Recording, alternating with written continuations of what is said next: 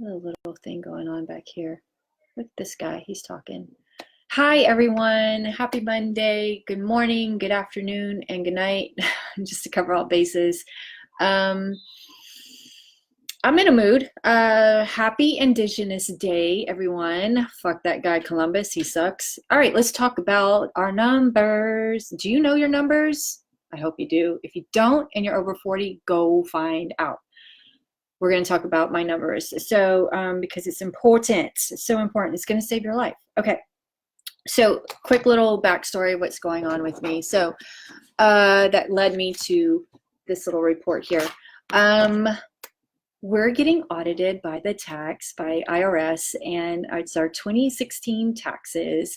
Our CPA, who we've been using or going to for 8 years now, is going, I don't know why we're getting audited, but we are. And so I'm having to dig up all the paperwork from 3 years ago, and I came across this. I found this little guy. So what this is, a company I worked for got bought by a bigger company, and the bigger company was all about, you know, their employees' wellness and health, because they noticed that if we're healthy and stable, they don't have to pay so much for our insurance and, you know, cover those costs. So they really motivated, incentivized us to get our blood work done so we could see our numbers, and then they would give us a discount so we could even have more money in our paycheck. So I was all about that. So of course I signed up every year to get my numbers, and because I wanted my discount. So I can say proudly I did pass. Yeah. So okay, so quick backstory. This report came out November 2017, so that's 2 years ago. I was introduced to essential oils in March of 2017, so roughly 6 months I was using oils. The beauty of this report is they included the November 2016 numbers right there. So let's go over the numbers. All right, so my cholesterol HDL ratio was 2.3, November 2017, using oils.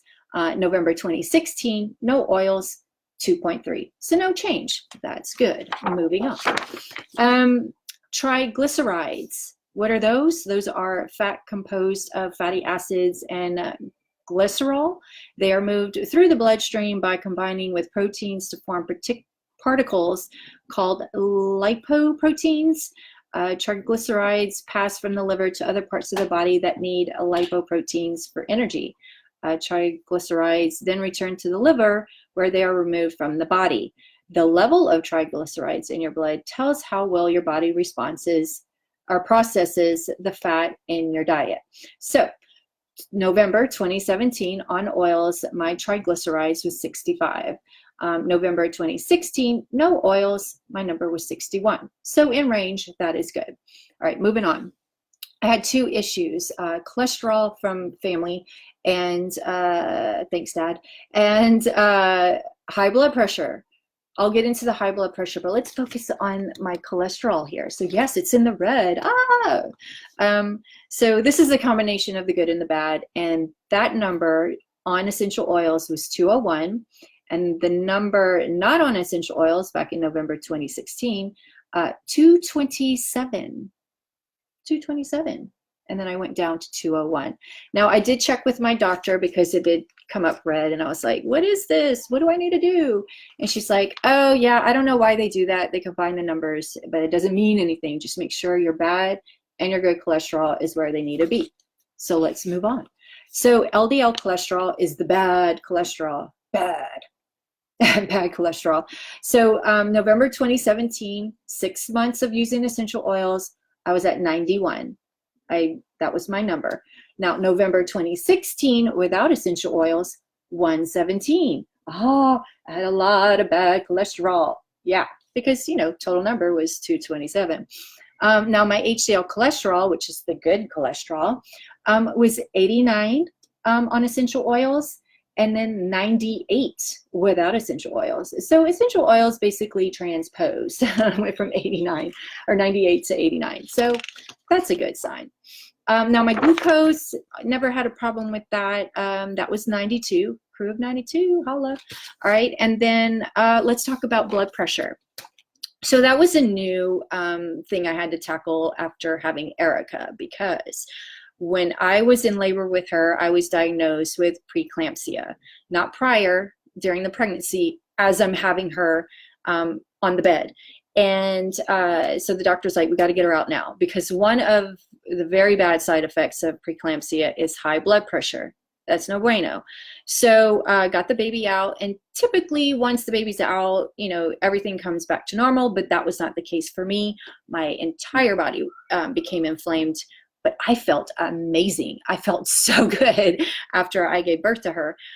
So I didn't, you know, I was just like, I feel great. I felt like Wonder Woman. So I go to my 7-day checkup follow-up with the doctor, and I've got Erica with me. She's 7 days old, and the nurse takes my blood pressure, and she looks at me and she goes, "You're 180." I couldn't tell you what else she said after that, because I saw the look on her face and she saw death. And I was just like, oh my God, what am I going to do? So for those of y'all that don't know what 180 anything over anything means, it's a hypertensive crisis. So my blood pressure was through the roof. So she said, go to the ER. So I did. I was hysterical though. I'm crying. I've got my 7-day-old daughter. I'm like, I have to go to the emergency room. That's the last place I should have her, in that area, in that environment. But I went anyway. And of course I went to the wrong one because my mind is all over the place. But luckily, because of my son, we have visited every emergency room in San Diego. So we were already in the system, and they figured it out and, you know, communicated the information to my doctor. So for several hours, they monitored my blood pressure, and eventually it got back down safe enough so they can send me home, but I had to make a follow-up with my doctor. So yeah, she basically said, let's keep monitoring it, because that's what doctors do. They monitor, you know, how you're doing. But I also had to keep a record of my blood pressure. So I monitored, I got a cuff and monitored every, I don't know, couple of hours or so. And then I had to write out my exercise, because I was doing that, how long, what it was, and what I ate that day, if there was anything, you know. So I did that, and eventually it got down, but I was still kind of, you know, what they call it, the pre-hypertension. So she's like, well, let's just keep monitoring, and, you know, maybe we might need to put you on medication. I was just like, no, I don't want to get on any kind of medication if I can, you know, not.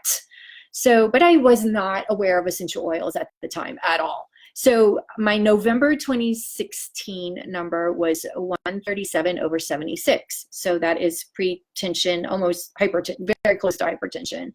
Luckily, I never got past that. I always stayed in the 130s or whatever. So when I took my blood pressure test in 2017, after 6 months of essential oils, my blood pressure was 118/69. So let me repeat that. November 2016, no oils, I'm 137/76.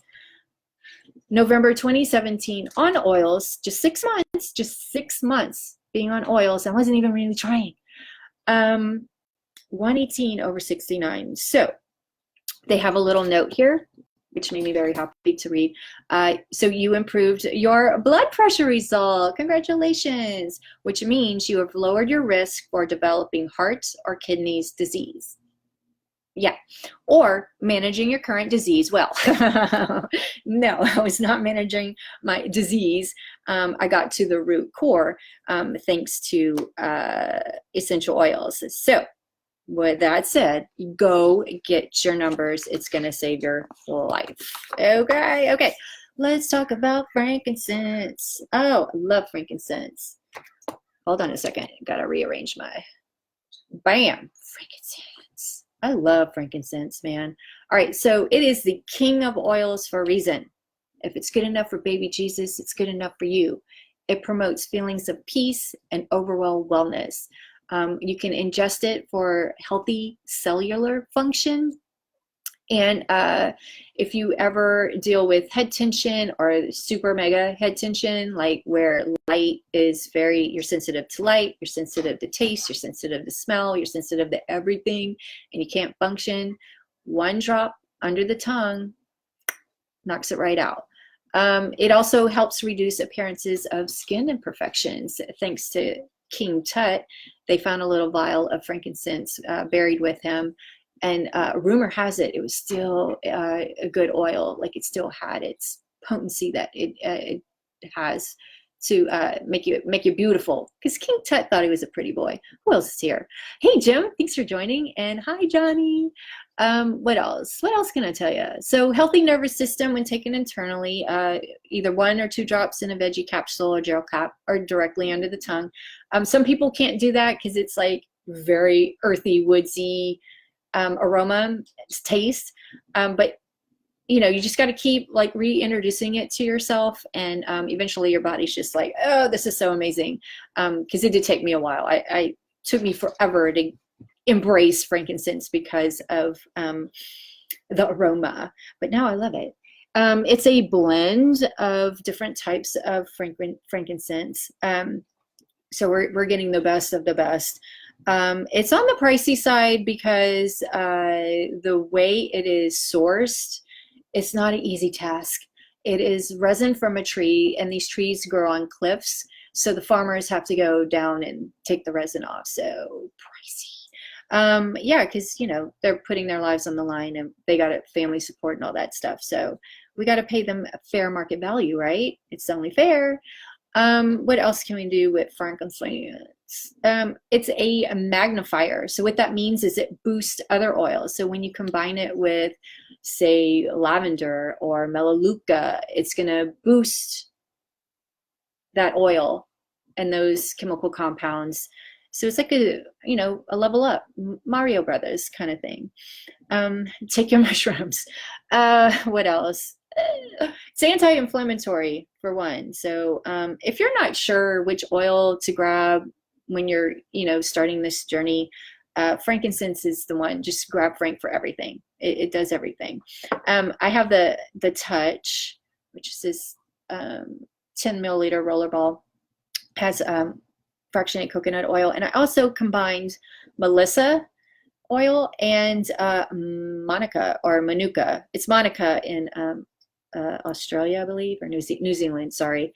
That is a beautiful oil. Oh my God! When I discovered it, that frankincense will boost it. Of course, I had to add some in here, so I've been using this to make me look pretty.